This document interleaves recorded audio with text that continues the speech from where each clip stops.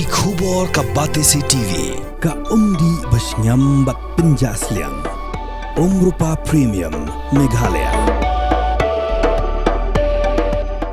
Bo, a specially designed machine that is stronger, faster, more powerful and fuel efficient. Contact Orange Automobile at 977-400-3555 or 961-584-7757. Kidan Palat Sanspa Tylli Skul Meghalaya. Kibam Shah Kynthup Hapok Unified District Information System for Education Jong Sarkar. Ignila Pentip du State Project Director Jong SSA Uswab Nil Tambie Hadin Gijingalang Perkhatkam. Utambie ulo ong begini ki Sanspa Tylli Skul Kibam Pat Shah Kynthup Haka Unified District Information System for Education. Ihap apo ikendon Jong Sarkar Pedeng kaba itu yang manla kawai pegawai ke skul po gari. Kamat yakran kaba ar kalong bagi dan Sanspa Tylli Skul Kibam Pat yo jing itu wal utambie ulo ongru. Bagi jing ai jing itu yaki skul kalong bagi deben yo shwa yaki dulir ibo biang na sarkar shwa ben pentrikam. There were certain agendas which were discussed. The first is that the vacancies which are there in several category of schools and how we can rationalize it, especially in government and SSA schools. The second agenda was that there are certain schools which are unrecognized still. In the system, there's roughly in our state there are 500 schools which are still unrecognized. Now, what recognition means is that there is some kind of a document which is issued by the government or government officials. For example, elementary schools, the DSEOs are supposed to issue the recognition. There are different forms of document. It can be a opening permission, it can be a provisional recognition, it can be a permanent recognition. But unfortunately, in the system, because of the legacy issues that is in the past, without receiving these recognitions, the schools have opened up. They are functioning. In fact, they have a Udise code as well. So now there is an instruction from Government of India also that we have to take care of these unrecognized schools. So we have asked them to go and verify whether they have all the required basic amenities so that they can be recognized. So this is very important. The next point which was discussed is about clustering of schools.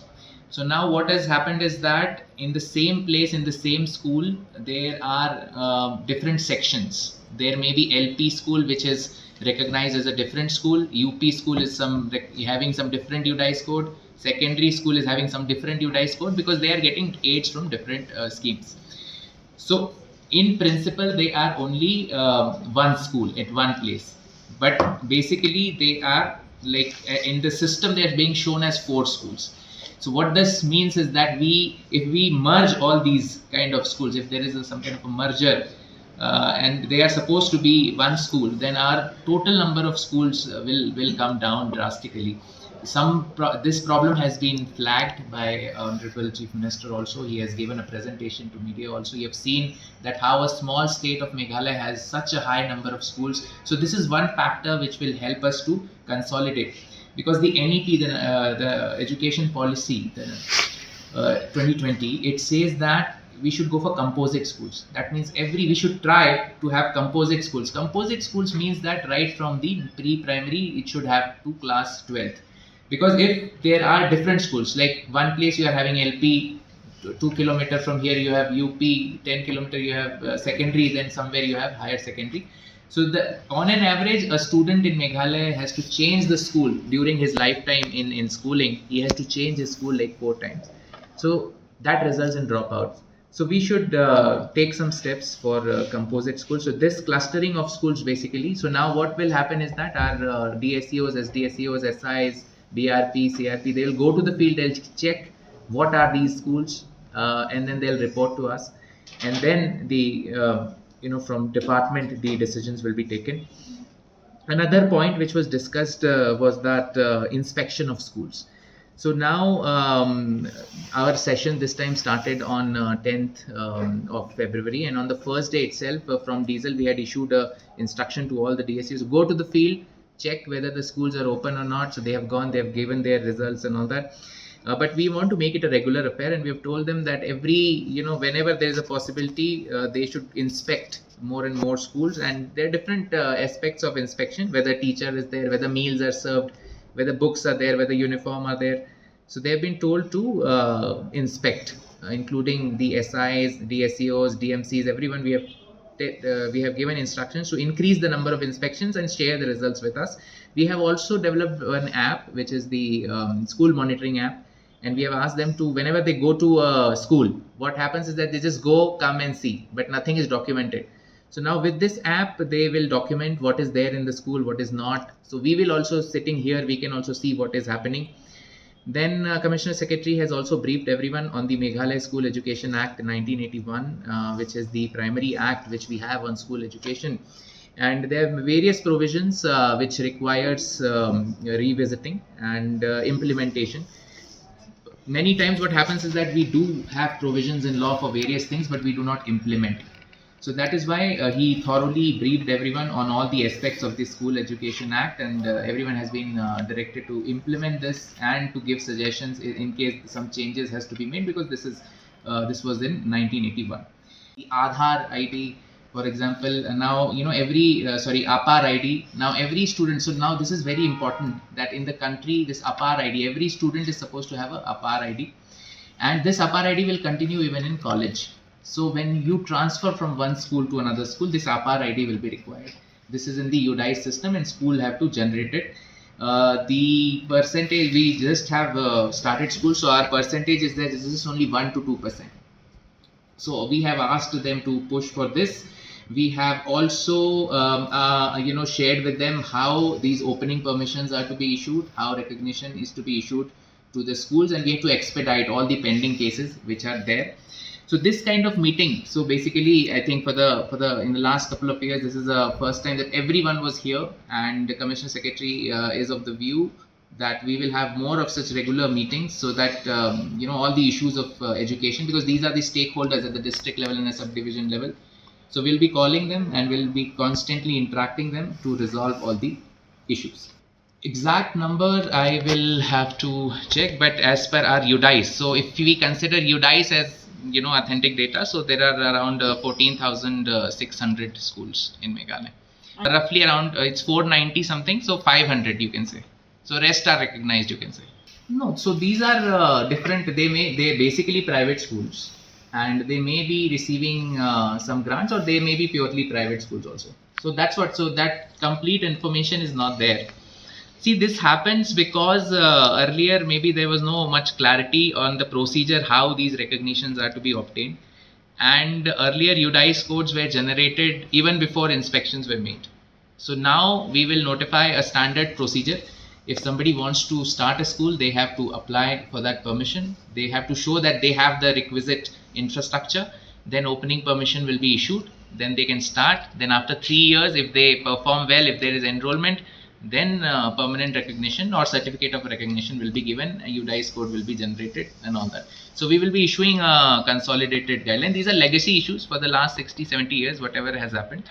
But now we must clean the data and rectify all these things. So vacancies, we are basically only concerned right now as government vacancies. So we roughly LP, UP combined, we have around 500 vacancies. And the year before that, the last time we recruited around 1,000 LP school teachers, and now we again have 500 vacancies are there. Now the rosters are being filled up, and once the draft advertisement will be approved by the government, and then the procedure of recruitment will start. Trying to expedite as soon as possible. So basically, as I have explained in detail, so what happens is that these are schools exactly at the same place. So they are basically one school only. What happens is that they may have started as a LP school, let's say a SSA LP school, then they got deficit grant for certain sections. They may have received ad hoc grant for certain sections. So they have been functioning in different ways, like the management is different. So basically, even though they are at the same place, they are receiving grants from different. That is why there are 4 management committees. So if you look at it, if in a one single school, they are having 4 different. It's like having sub schools with different Udise code, and there are 4 management committee. So this is also not convenient in the way that when there are 4 management committee, of course there are chances of incoordination and coordination issues, I would say rather. So it is in the best interest of all the children that this should have been a one single school with one single Udise code, so that there is no coordination issues among different sections. So that is something which is it's a very complex matter. That is why we have so many number of schools in Meghalaya, and that is why first we obviously need the exact data. What we have given you is the figures which we see from our Udise system. That is why now our field officials will go there on the field and they will verify, and then only a decision will be taken. No, there's no question of ruling out. It's basically like Udise is a system or database of school database basically, which is made by Government of India. So every school has to get a Udise code. So similarly, earlier what we had is a permanent education number. It was already there. So every student was supposed to be a PEN number, but now they are calling it. There's added another feature, APAR ID. Why? Because this they have done for the convenience when one school, let's say one student moves from one school to another, he has to give so many documents for admission. Now, if he just gives his APAR ID, all the documents will be online. That DigiLocker, he can keep the document. He or she can keep the documents in the DigiLocker, and just by providing this APAR ID, that's all. You don't have to give any. So it's very convenient. And in fact, in universities, when they go to college or to different schools, they will be asked this APAR ID. So I want to give this message to everyone, all the parents, all the teachers, that we really need to push creation of these APAR IDs. Every student should have this ready so that in the future, for the scholarship, for the different schemes, etc. So there is no issue later on. So no, we have been pushing. The problem is that it started in November, and then as you know that Meghalaya we have exams in November, and then December, January schools are closed. So that was the problem, that we could not really push this off. But now that the schools have started, we have requested them to take this up and generate as many as they can as soon as possible. There is absolutely the government of India has made a robust system, and it's already, if you see in different states, they have already completed this 100%. For example, states like Gujarat and all, they have already, all students in Gujarat, they have a APAR ID. So it's a very robust system which has been tested. We also had a meeting in Delhi where they explained in detail all these procedures. So it's not like how many students are to be enrolled. Every student needs to have this APAR ID going forward. Of course, right now he or she is in some school, may not be useful, but as and when they need to get transfer to some school or join a college, this will be required. So as most of the country is already has students have received this APAR ID, so we also need to push.